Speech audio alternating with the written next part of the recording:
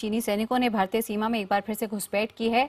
चीन की ओर से ये घुसपैठ लद्दाख क्षेत्र में हुई है। बताया गया है कि चीनी सेना ने लद्दाख के डेमचौक में घुसपैठ कर भारतीय चारवाहों के टेंट उखाड़ दिए हैं।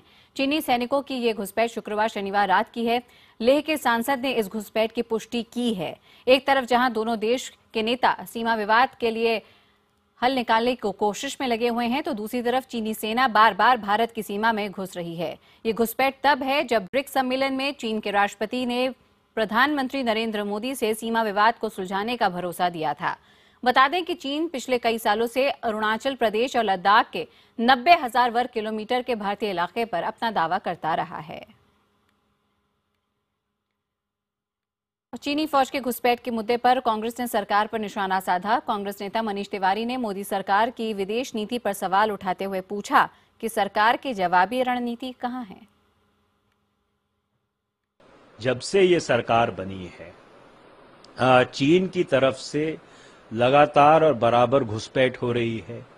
पाकिस्तान के साथ जो हमारी सरहद है उस पे 18 या 19 बार घुसपैठ पिछले 2 महीने में हुई है।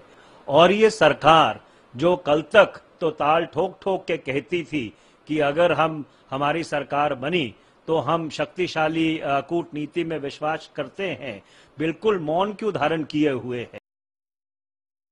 वहीं इस मुद्दे पर आरजेडी नेता मनोज झा ने सरकार की चुप्पी पर निशाना साधा। मनोज झा ने सरकार पर सवाल उठाते हुए कहा कि अगर चीन की तरफ से कुछ हो रहा है तो सरकार चुप क्यों है। अगर चाइना की तरफ से ये हरकतें हो रही हैं तो यू टॉक टफ। आप एक मजबूत ये लीजिए। आप सिर्फ मजबूत प्रधानमंत्री कमजोर वर्गों के लिए नहीं हो सकते कि कमजोर वर्ग आपसे डर जाएं, कमजोर लोग डर जाएं। आप ये तय करें कि आपकी नीतियां क्या चाइना और अन्य पड़ोसी देशों को हमारी इकबाल को कहीं ना कहीं कम करने की का इशारा तो नहीं दे रही है। वहीं गृह राज्य मंत्री किरण रिजिजू का कहना है कि सरकार इस मामले की पुष्टि करके कार्रवाई करेगी।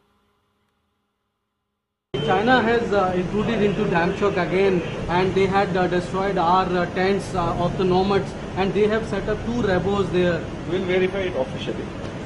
Thank you, sir. और ज्यादा जानकारी के लिए सीधे रुख करते हैं हमारी associate foreign editor Smita Sharma का। स्मिता, क्या चाहता है चीन?